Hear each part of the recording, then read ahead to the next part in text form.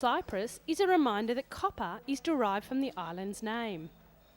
With its potential for use in nuclear weapons, the element plutonium is represented by the Hindu deity Shiva, the creator and destroyer of mankind. While helium gas explodes in solar-like flares that consume the universe.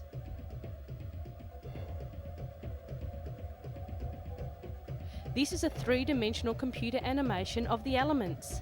Here it shows the use of a neon gas in modern strip lighting. This grey metal is called cerium. It's used in flint for pocket lighters. As art, it is represented as a giant asteroid spinning through space. Magnesium is the element of all living things, and in this artwork it appears as a leafy green portrait. The picture table of the elements is just one aspect of the Arts and Science Festival, centred on the museums and colleges of South Kensington, a very popular place for those who are into the artistic and science scene. It's no accident that these art and science institutes and the Royal Albert Hall find themselves as neighbours. The proceeds of the Great Exhibition of 1851 held in Hyde Park were used to set up these buildings in what was then parkland on the edge of London. It is an appropriate setting then for the Creating Sparks Festival, which examines the many faceted relationships between art and science. Immortality, creation, evolution, the stuff of artistic as well as scientific research, and the inspiration for these works by sculptor John Robinson. As part of the festival, a collection of these clean-lined sculptures are on show at the Royal Geographic Society, next to the Royal Albert Hall. The festival is hoping to break new ground in understanding artistic and scientific creativity. The heart of the festival is the annual week-long meeting of the British Association for the Advancement of Science. Ooh, what a mouthful! A showcase of research in all areas of science which each year bases itself at a different British university. This year it's the turn of the Imperial College of Science, Technology and Medicine. Scientists have the opportunity to tell the public how far they've gotten with their pet research project. A team from Imperial College is on the verge of developing a way to stop asthma attacks without the need for regular steroid inhalers. In asthma, white cells invade the lungs, causing shortness of breath and wheezing. The Imperial College team has found a way of blocking the lung receptors to prevent the accumulation of white cells. Keep going. Breathe all the way in. Suck in. Another project looks at insects, the world's best flyers. They've perfected their hovering and manoeuvring abilities over 300 million years. Mimicking this ability with engineering is a tall order, to say the least, but researchers are working hard on developing 6-inch flying robots that can manoeuvre slowly and silently inside buildings. A camera-equipped hovering robot could be used in dangerous situations, like searching for survivors of earthquakes. The idea is to make one that can fly through gaps in fallen masonry, locate survivors and plan safer removal of rubble to free them. That area up there where you said you were, you're not getting anybody answering back to you. What do you call it? The Royal Albert Hall, used more for symphony orchestras than circuses, and has rarely seen anything like this. For one special day, it was transformed to stage an event designed to spark scientific curiosity in school children. A circus clown proved a painless way for these youngsters to experience some of the effects of friction and gravity. There were plenty of hands-on activities too. University lecturers were ready and waiting to help these children convert their mechanical ideas into working models. It was all cleverly designed to get kids interested in science and technology. With the accent on virtual reality, there's a danger that model building is a skill that's been forgotten. Mixing fun with learning is the motto of the day. And working in the real world, how can sport and fitness be left out? Reaction times, heart rates, science has a role in all aspects of training and testing. science or art. For these children, it's just learning with a whole lot of fun thrown in.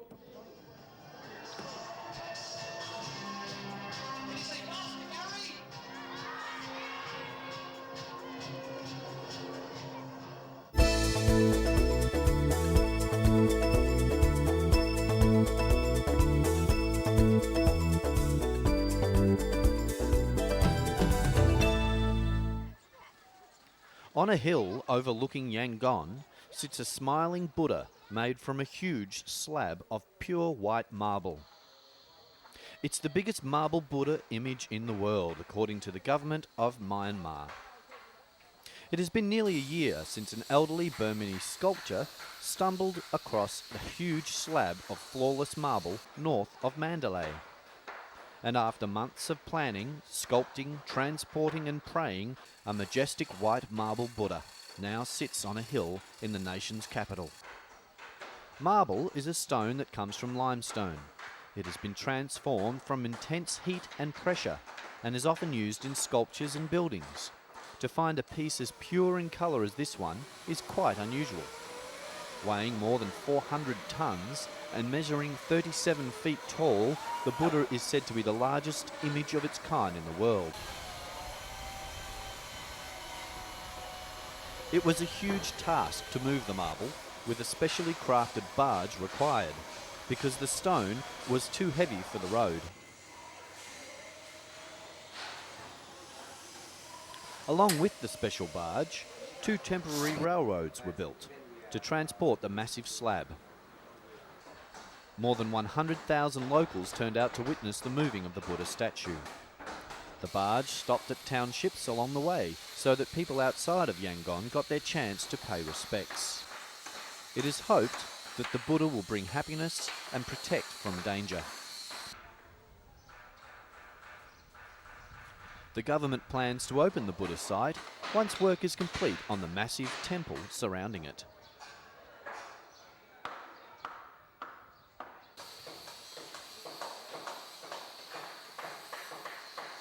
Until then, the crowd comes to pay its respect and to be inspired by this magnificent piece of work.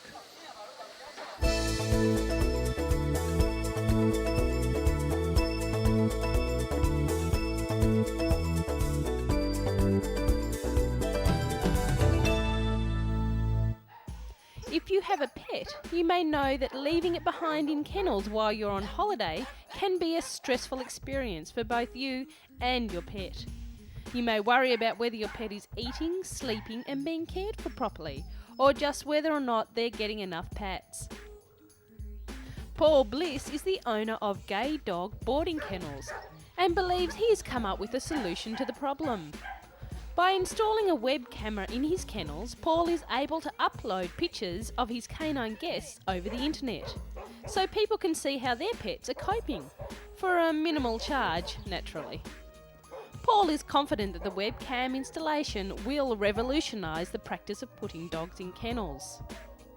The customer reaction has been very positive and has boosted his business significantly.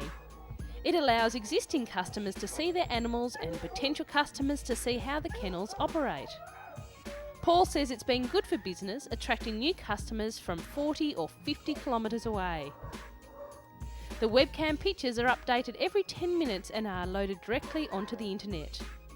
Now you can make sure Rover is having as good a holiday as you are.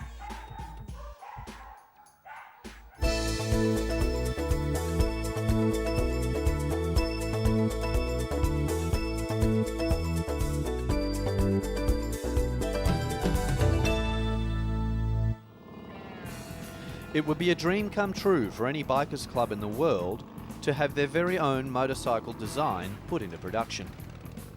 For the Night Wolves of Russia, that dream has now become a reality. The Moscow-based Night Wolves came up with the design for their dream machine, the Wolf motorbike. The bike is the brainchild of Night Wolves leader, the Surgeon. Russia should have its own Russian bike, with its own legend, with its own name, he said. He also said the Wolf motorbike is special because it feels unique. When you're riding a Japanese bike, for example, you're one of many. But when you're riding Wolf, especially if it's tuned by our Wolf engineers, then even people who don't know much about bikes will turn their head and stare. The custom-made bike not only gives the Russian image a boost, it also looks cool and would really give your mother a shock when you brought it home. Speaking of mothers, these boys would be in big trouble at my house for not wearing a helmet while riding. Kids, not something you should try yourself.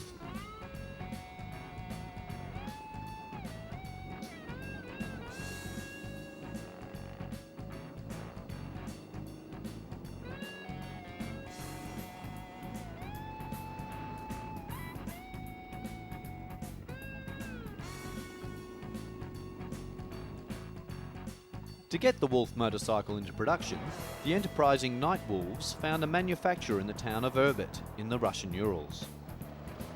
Ural Moto are Russia's oldest and biggest motorcycle manufacturer. Before the collapse of communism, the Euromoto plant used to produce 150,000 motorcycles per year. With falling production levels and sales, Euromoto bosses apparently jumped at the chance of producing the Wolf motorbike. Initially, the first models of the Wolf were only available for sale in Russia. Euromoto designers held back from offering the bike for sale on foreign markets. They wanted to further improve its design specifications. Euromoto director Vadim Trypinchkin said, "As of this year, we have started exporting Wolf motorbikes, and it was a very pleasant surprise for us when we realised that it's becoming popular. We export it to many countries in Europe and to America."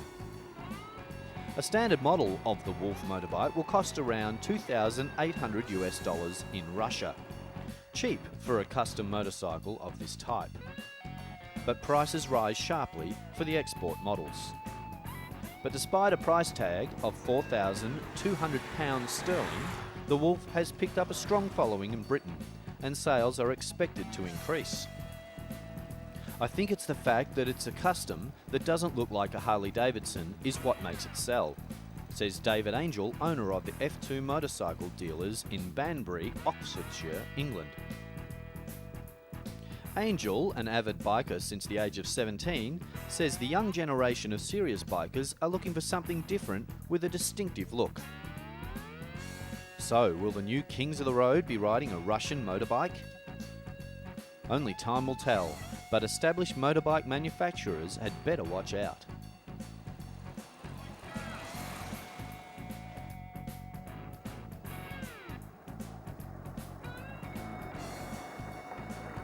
The Wolf bike is here and creating a cool image of its own.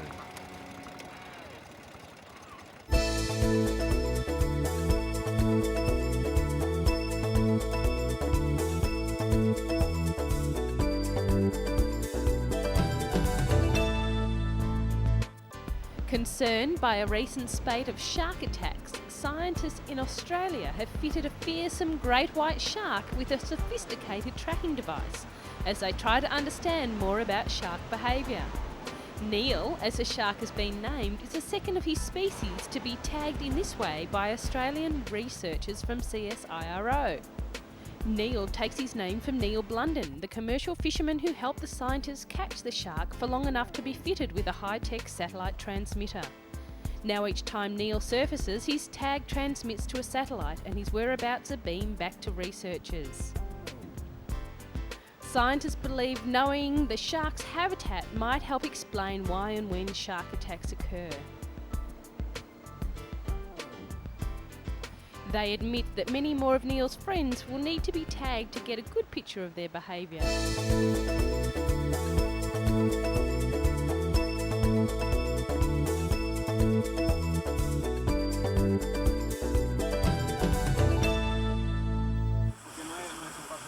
As we saw previously on Totally Awesome, Salvadorian paleontologists found the remains of a 6,000-year-old mastodon dinosaur.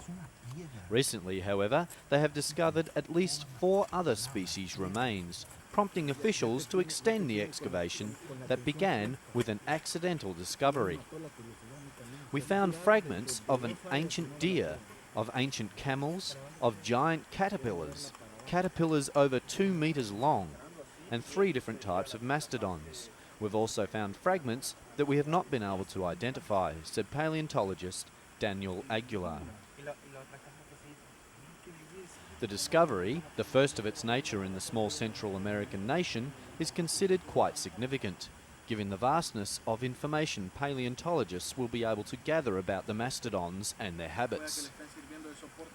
The original set of remains were discovered by accident by a passerby walking along a river just north of the capital. They were thought to be 8 million years old. Wow. The mastodon remains were sticking out of the clay surface. Paleontologists believe that these may have been exposed by the shifting of land from recent earthquakes in the area. The mastodon roamed the American continent during the Pleistocene period 6,000 to 7,000 years ago.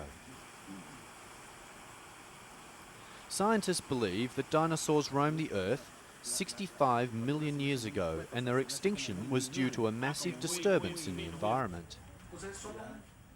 The discovery of fossils such as the mastodon gives scientists more and more information that helps put the pieces about our Earth into place. It also gives us an idea of their lifestyle and habitat. Paleontology, a science that unlocks the past and may help to map our future.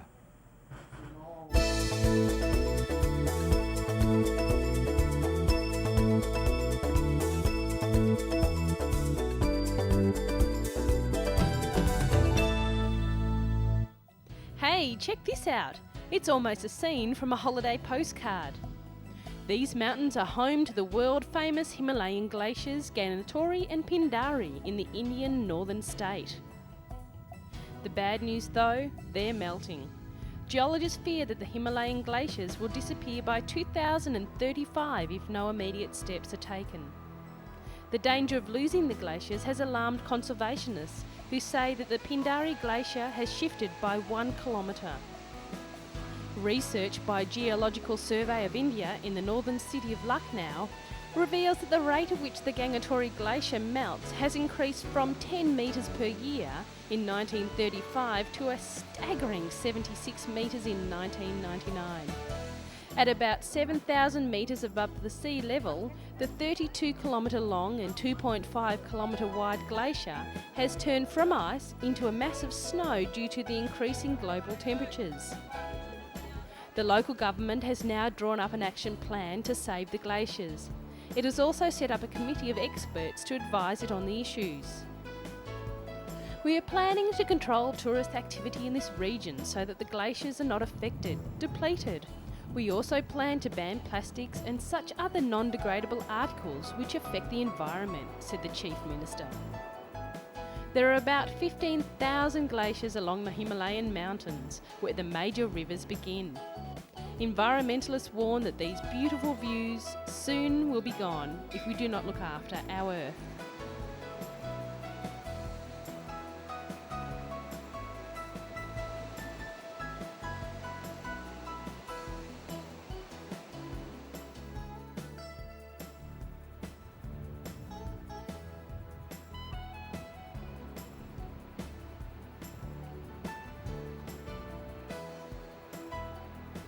This is another example of the devastating effects of global warming, again highlighting the need for all of us to participate in solving this very serious problem.